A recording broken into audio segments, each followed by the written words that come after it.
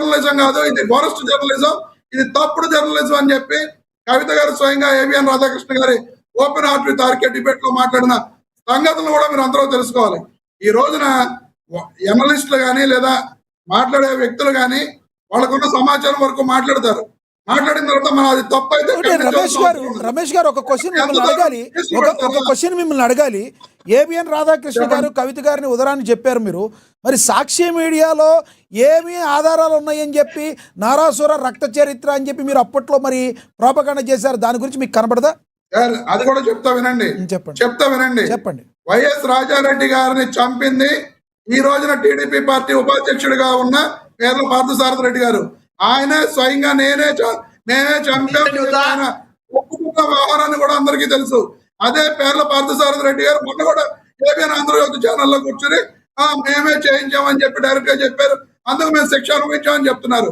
అటువంటి వ్యక్తి ఈ రోజున తెలుగుదేశం పార్టీ జాతీయ ఉపాధ్యక్షుడిగా అక్కడ కూర్చుని మాట్లాడుతున్నారు. ఈ రోజున అటువంటి హంతకులను ప్రోత్సహిస్తున్నది ఎవరు? తెలుగుదేశం పార్టీ కదా.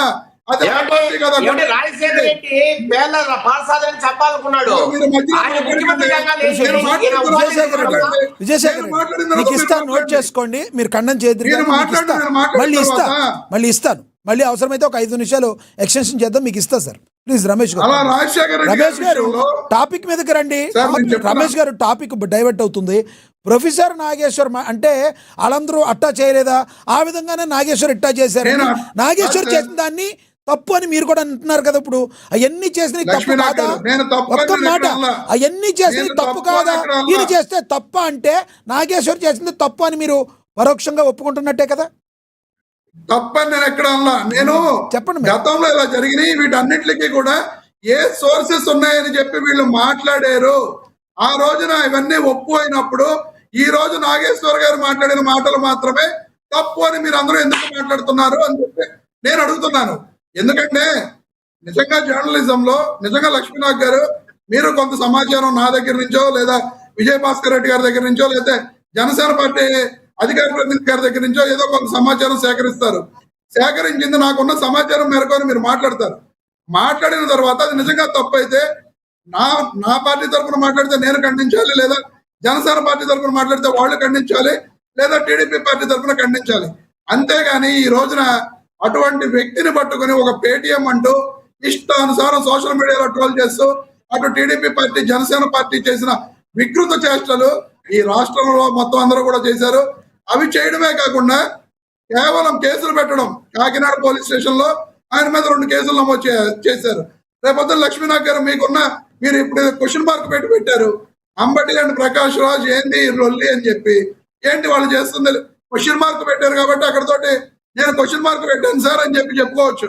కానీ వాళ్ళు ఏం లొల్లి చేశారు? ఉన్న వాస్తవే కదా మాట్లాడింది. ఒకటి ప్రజలు ఏం కోరుకుంటున్నారు? ప్రజాస్వామ్యంలో ప్రజలు వాళ్ళ దగ్గర ఏమేం ప్రాబ్లమ్స్ ఉన్నాయి, ఏపీలో ఒక ప్రతిపక్ష పార్టీ హోదా లేకపోయినా ప్రతిపక్షంగా మీరు ఏం చూస్తున్నారు, ఇది కోరుకుంటారు. కానీ ప్రతిదాన్ని ప్రొపగాండా చేయడానికే అంబటి రాంబాబు గారు సిద్ధంగా ఉంటారు అనుకోవాలా? ఓపెన్గా మాట్లాడదాం. అసలు ప్రజలకు ఎన్ని సమస్యలు ఉన్నాయి మీరే చెప్తున్నారు. ఆ సమస్యల మీద కదా మీరు పోరాడాలి. ఏం జరుగుతుంది సార్? ప్రొఫెసర్ నాగేశ్వరరావు గారు చేసిన దానికి ఆయన వదిలేసిన తర్వాత మీరు ఎత్తుకోవడంలో అర్థం ఏంటి? లక్ష్మీనాథ్ గారు చెప్పండి. ఇప్పుడు చంద్రబాబు నాయుడు గారు మొన్న చిత్తూరు కార్యక్రమానికి వెళ్ళారు. అది ప్రభుత్వ కార్యక్రమమే కదా. ఆ ప్రభుత్వ కార్యక్రమంలో వైఎస్ఆర్ కాంగ్రెస్ పార్టీ గొడ్డల పార్టీ జగన్మోహన్ రెడ్డి గారు గొడ్డలు పట్టుకుని అందరినీ చంపుతాడు ఈ రకంగా, అలాగే దానిలో మాట్లాడకూడదు. కరెక్ట్, తప్పది. చంద్రబాబు గారు వెళ్ళిన కార్యక్రమం వేరు, చంద్రబాబు గారు వెళ్ళిన కార్యక్రమం వేరు, ఆయన మాట్లాడాల్సిన మాట కాదు. అది నేను కూడా ఖండిస్తున్నా 100%. అదే సార్, ఈ రకంగా వీళ్ళు మాట్లాడుతూ ఎదుటి పార్టీ మీద తప్పులు చేస్తున్నట్టుగా వీళ్ళు మాట్లాడుతున్నారు. ఆయన మాట్లాడిన తర్వాత మాత్రమే జగన్మోహన్ రెడ్డి గారు ప్రెస్ మీట్ పెట్టి నా తాత రాజారెడ్డి గారిని చంపిన వాళ్ళని నేను ఏమీ చేయకుండా వదిలేశానని చెప్పి చంద్రబాబు నాయుడు గారు గొడ్డల పార్టీ నారా లోకేష్ గారు గొడ్డల పార్టీ అని మాట్లాడుతున్న తరువాత జగన్మోహన్ రెడ్డి గారు మాట్లాడారు తప్ప జగన్మోహన్ రెడ్డి గారు ఎప్పుడూ కూడా మొట్టమొదటిగా ఏ వ్యక్తిని కూడా తెలుగుదేశం పార్టీ చంద్రబాబు నాయుడు గారిని కానీ లేదా లోకేష్ గారిని కానీ విమర్శించిన దాఖలాలు లేవు. వాళ్ళు మొదలు పెడుతున్నారు. ఆ మొదలు పెట్టిన కార్యక్రమాన్ని ముందుకు తీసుకెళ్లాల్సిన పరిస్థితులు క్రియేట్ చేస్తున్నారు. ఈ రోజున రాష్ట్రంలో వీళ్ళు మేము అభివృద్ధి చేస్తున్నాం, సంక్షేమం చేస్తున్నాం అని చెప్తూ వీళ్ళు ఆ సంక్షేమం అభివృద్ధిని నమ్ముకోకుండా కేవలం వ్యక్తిత్వ హననం మీద ఏమైనా సరే జగన్మోహన్ రెడ్డి ప్రజలు మనల్ని నమ్మడం లేదు, మనం ఏం చేసినా సరే వాళ్ళు ప్రజలు జగన్మోహన్ రెడ్డి గారి వెంట పరుగులు తీస్తున్నారని చెప్పి కేవలం జగన్మోహన్ రెడ్డి గారిని వ్యక్తిత్వ హననం చేస్తూ, లేదు జగన్మోహన్ రెడ్డి గారి మీద అసత్య ప్రచారాలు చేస్తూ, జగన్మోహన్ రెడ్డి గారి పార్టీ గొడ్డల పార్టీ అని చెబుతూ ప్రజల్లో ఒక రకమైన భయాన్ని క్రియేట్ చేసే విధంగా వీళ్ళు టాపిక్ వేరే మళ్ళీ మాట్లాడతా. ఎస్, మళ్ళీ ఇస్తా సార్, మీకు మళ్ళీ ఇస్తాను. మనతో స్టూడియోలో అందుబాటులో ఉన్నారు జనసేన నేత లక్ష్మీకాంత్ గారు, ఆయనతో మాట్లాడతాం. లక్ష్మీకాంత్ గారు నమస్తే అండి. నమస్తే. ఏంటి లక్ష్మీకాంత్ గారు, ఏంటి ప్రకాష్ రాజు గారికి ఎందుకు పగ? జనసేన అంటే పగ, లేదంటే ఆయన ప్రతిసారి కూడా ఎందుకు ఇబ్బంది పెట్టాలని ట్రై చేస్తారంటే ఏం చెప్తారు మీరు?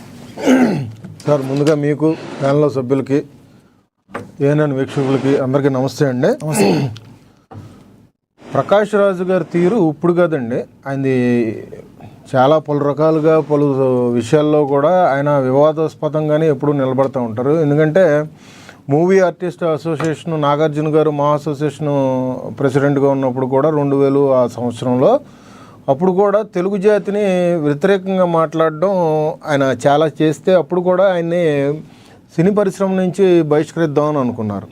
తర్వాత చూస్తూ ఉండంటే మరి ఆయన సొంత పుట్టిన బెంగళూరులో స్వతంత్ర అభ్యర్థిగా పోటీ చేసి ఆయన ఓడిపోయిన దాఖలాలు ఆయనకి. అంటే ప్రకాష్ రాజు గారిని ఎట్లా చూడాలంటే సినిమాలో ఏమో పెద్ద హీరోలాగా, ఒక నటుడిలాగా, ఒక మంచి విలక్షణ నటుడిలాగా చూస్తారు, బయటకు వచ్చేసరికి ఒక బఫూన్లాగా ఆలోచిస్తూ ఉంటారు. సో ప్రకాష్ రాజు గారికి విషయ పరిజ్ఞానం లేదని చెప్పేసి మాట్లాడడం అయితే మేము తీసుకుంటాం సార్. ఎందుకంటే సార్ ఇక్కడ ప్రధానంగా ప్రొఫెసర్ నాగేశ్వరరావు గారి విషయం మనం చర్చించుకుంటామనంటే ఆయన అన్న మాటలు ప్రకారంగా ఆయనకి ఏంటంటే నిరాధారమైనవి, ఆధారాలు లేనటువంటి మాటలు మాట్లాడారు. ఎందుకంటే అమిత్ షా గారి దగ్గరికి పవన్ కళ్యాణ్ గారు, మనోహర్ గారు, ఇతరులు వీళ్ళు కలిసి వెళ్ళి జగన్మోహన్ రెడ్డి గారిని అరెస్ట్ చేయాలి అని చెప్పేసి చెప్పినట్టుగా, దానికి అమిత్ షా గారు లేదు మనకి ఇన్స్టెంట్గా ఉండే పార్టీ ఏమో తెలుగుదేశం పార్టీ, లాంగ్ టర్మ్ ఉండేదేమో జగన్ గారు ఉండేది అన్నట్టుగా ఆయన చెప్పుకొచ్చారని చెప్పేసి అమిత్ షా గారు చెప్పారు అని చెప్పేసి అని అన్నారు. ఆయన అరెస్ట్ చేయడానికి కుదరదు అన్నట్టుగా మాటలు వచ్చినాయి సార్.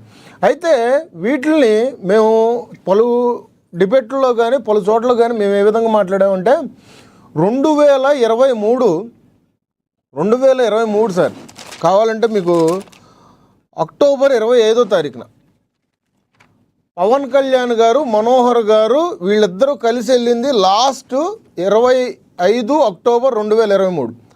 అది కూడా ఏ విషయం మీదంటే తెలంగాణ ఎన్నికలు జరుగుతుంటే ఈ పొత్తులో భాగంగా ప్రస్తావించడానికి వెళ్ళారు. ఆ తర్వాత పవన్ కళ్యాణ్ గారు, మనోహర్ గారు ఇద్దరూ కలిసి వెళ్ళిన దాఖలాలు ఢిల్లీ ఎక్కడ వెళ్ళి కలిసిన దాఖలాలు లేవు. 2024 ఎన్నికలు అయిపోయిన తర్వాత స్వతహాగా ఎవరికారుగా పౌర సరఫరా శాఖ మంత్రిగా మనోహర్ గారు వెళ్ళడం జరిగింది. ఈయన స్వతహాగా డిప్యూటీ సీఎం హోదాలో పలు శాఖలకు సంబంధించి పలు అభివృద్ధి కార్యక్రమాల దృష్ట్యా చర్చించడానికి వెళ్ళడం అయితే జరిగింది. అది కూడా 2024 నవంబర్లో వెళ్ళారు సార్, ఫైనాన్షియల్ సంబంధించి మాట్లాడడానికి. కానీ నాగేశ్వరరావు గారు చెప్పింది ఏంటంటే ఇద్దరూ కలిసి వెళ్ళి ఇతరులతో కలిసి వెళ్ళి ప్రస్తావించినట్టుగా మాట్లాడారు. అంటే మరి అక్కడ ఆధారాలు లేని మాటలే కదా సార్, మేము ఇక్కడ డేట్లతో సహా మొత్తం పూర్తి అంటే ఆయన దాన్ని ఉపసంహరించుకున్నారు. తర్వాత అంటే ఇక్కడ మొత్తం అంటే ఇదంతా అర్థం అవ్వాలి కాబట్టి మేము చెప్తున్నాం సార్. ఇక్కడ దాన్ని తగ్గట్టుగా ఏంటంటే మాకు నాగేశ్వరరావు గారు అన్నా కానీ మేము అంతంగా మేము ఇష్టపడతాం.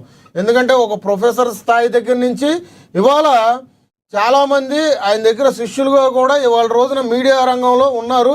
ఆయన పలు కేసీఆర్ని కానీ లేదంటే చంద్రబాబు నాయుడు గారు కానీ ఎక్కడైనా దేశవ్యాప్తంగా కూడా ఏదన్నా సమస్యలు వచ్చినప్పుడు ప్రజల పక్షాన గొంతెత్తి మాట్లాడే వ్యక్తి కాబట్టి నాగేశ్వరరావు గారి మాటల్ని మేము సీరియస్గా ఏం చెప్పలా, ఆయన ఉపసంహరించుకోవాలన్నట్టుగానే మా నాదెండ్ల మనోహర్ గారు చెప్తే దానికి తగ్గట్టుగా సార్ ఎవరో చెప్తే నేను విన్న మాటలు నేను ఇట్లా ప్రస్తావించడం జరిగిందని ఒక స్టూడియోలో కూర్చొని ఆయన చెప్పిన మాటల్ని ఉపసంహరించుకున్నారు.